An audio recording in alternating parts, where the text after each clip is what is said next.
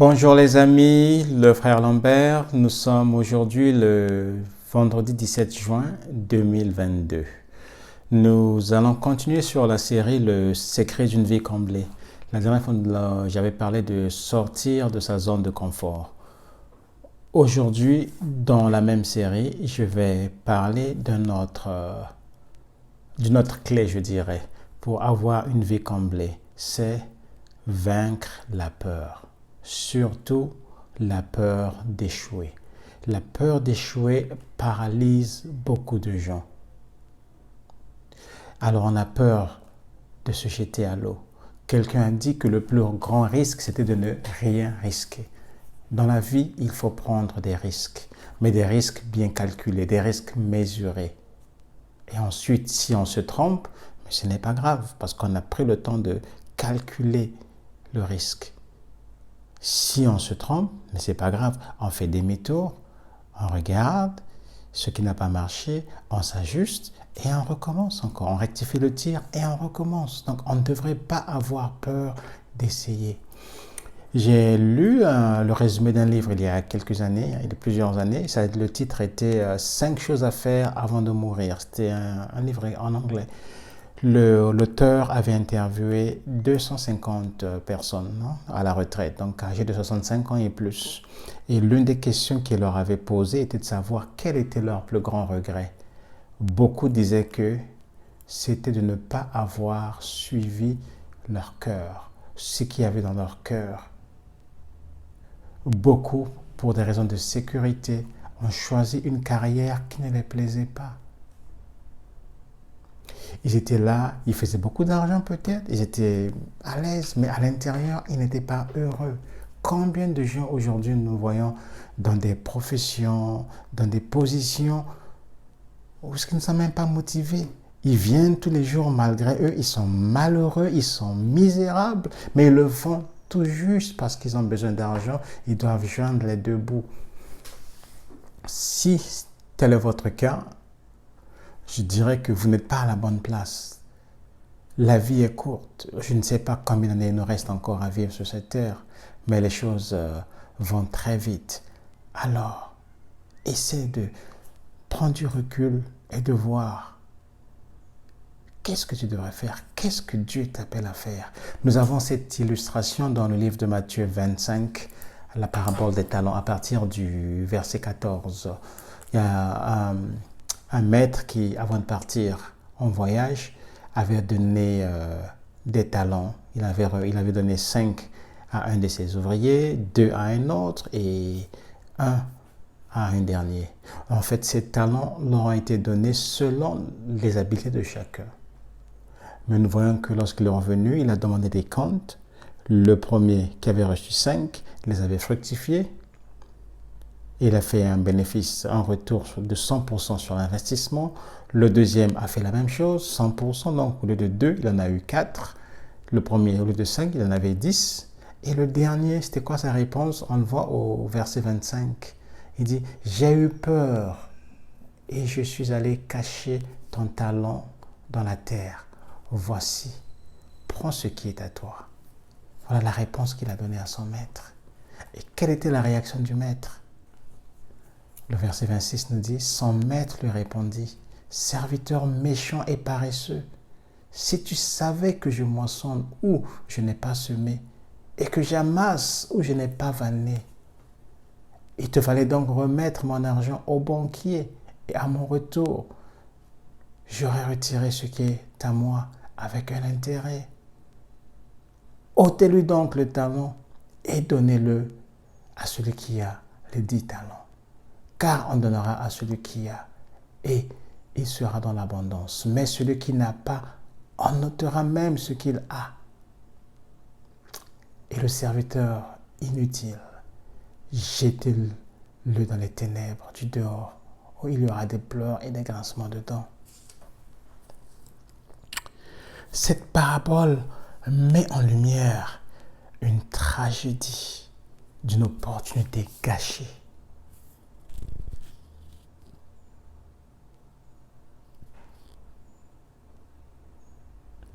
Ici, le maître représente Christ et le serviteur les chrétiens. Dieu a confié à chaque chrétien des responsabilités. Et comment trouver les responsabilités? Comment découvrir les responsabilités que Dieu t'a confiées? Mais l'une des clés, c'est dans les dons qu'il t'a donnés, les habiletés qu'il t'a donnés, les talents qu'il t'a donnés. Tout s'y trouve. Mais beaucoup de gens prennent ce que Dieu leur a donné et ne l'utilisent pas. Combien de frères que je connais qui sont doués dans la musique, mais qui sont là dans des emplois séculiers? C'est pas grave, tu peux avoir un emploi séculier, mais qu'est-ce que tu fais du reste de ton temps?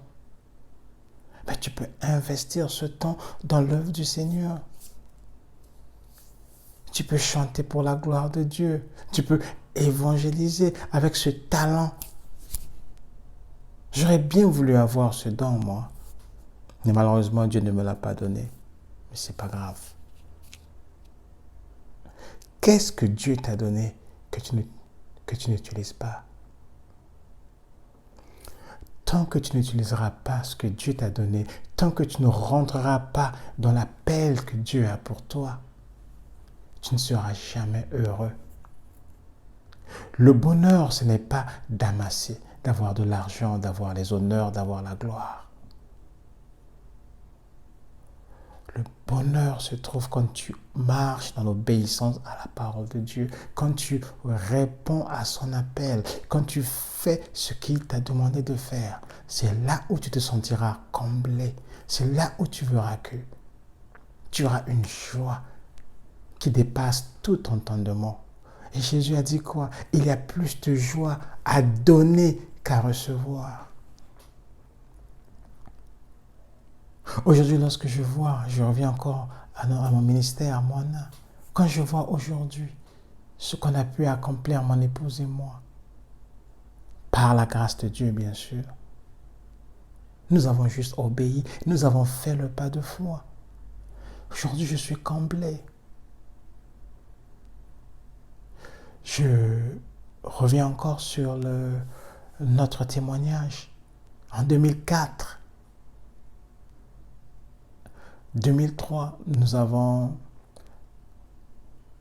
vendu notre duplex. On avait un duplex, on était des jeunes, on travaillait, on commençait la vie professionnelle. On a vendu notre duplex, on a fait construire une maison. C'est une maison, vous savez, au Canada, c'est pas un luxe, mais c'est comme ça, c'est une maison à 3 niveaux. Donc il y a un sous-sol, le premier niveau et le deuxième niveau. Donc au rez-de-chaussée, vous avez le salon.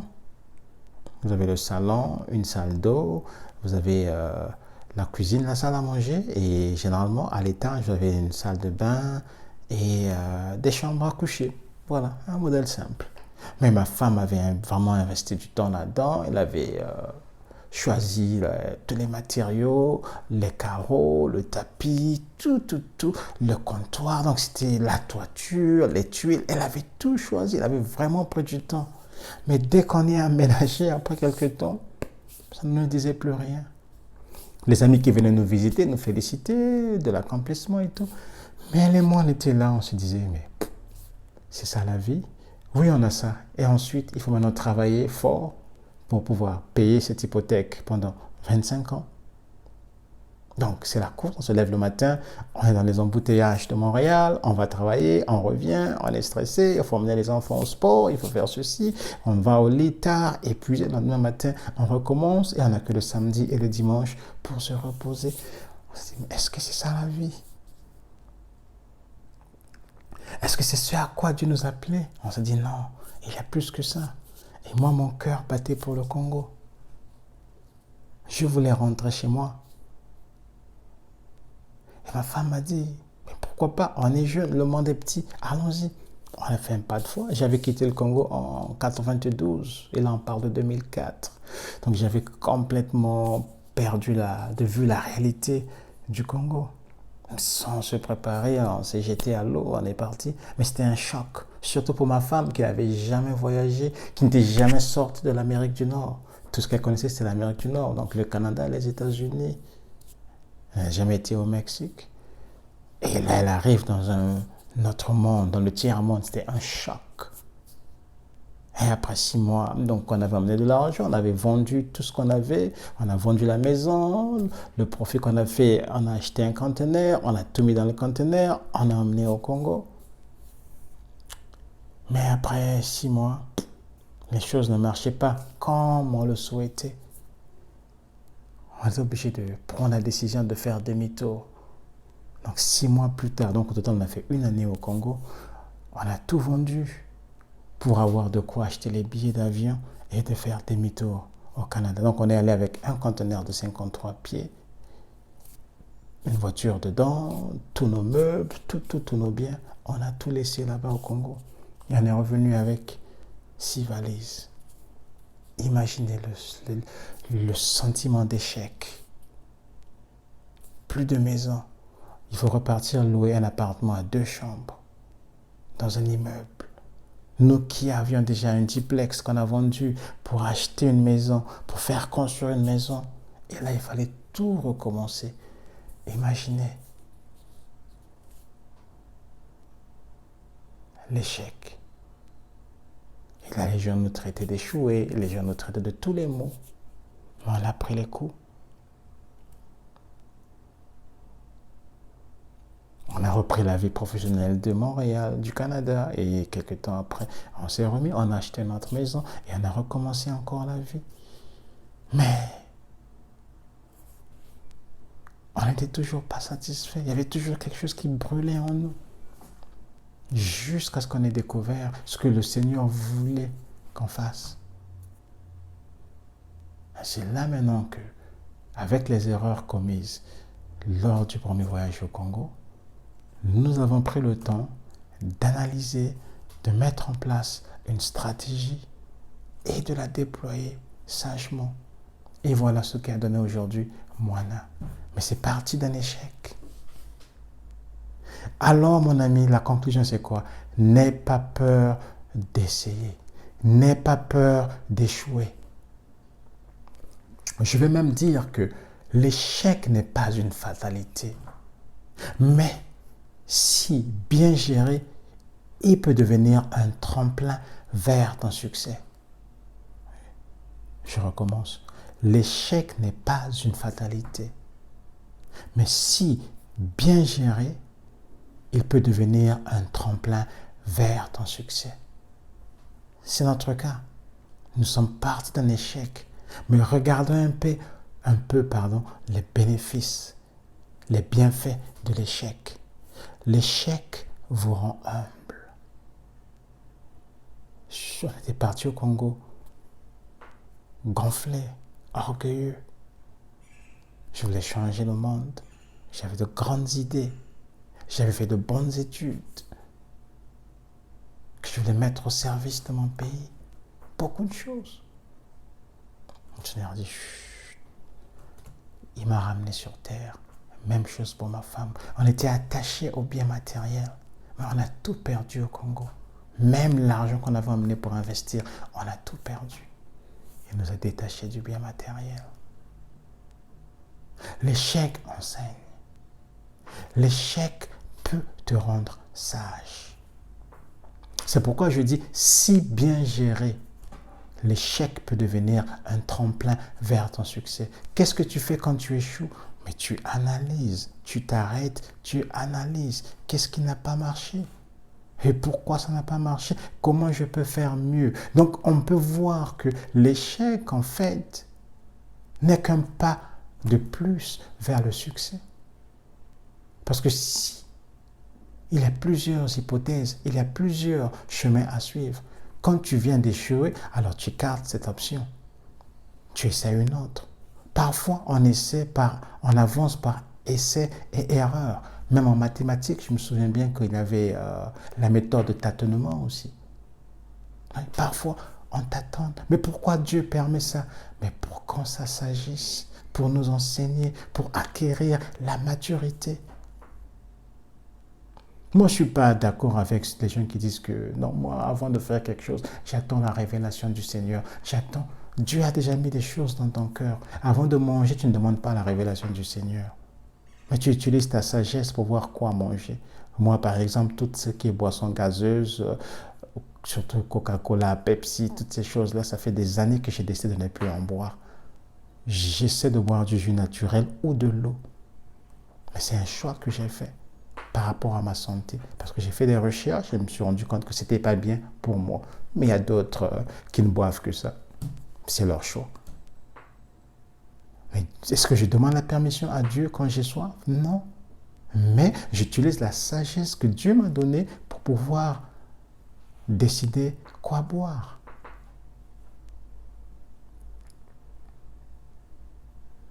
Voilà, cher ami, soyons sages.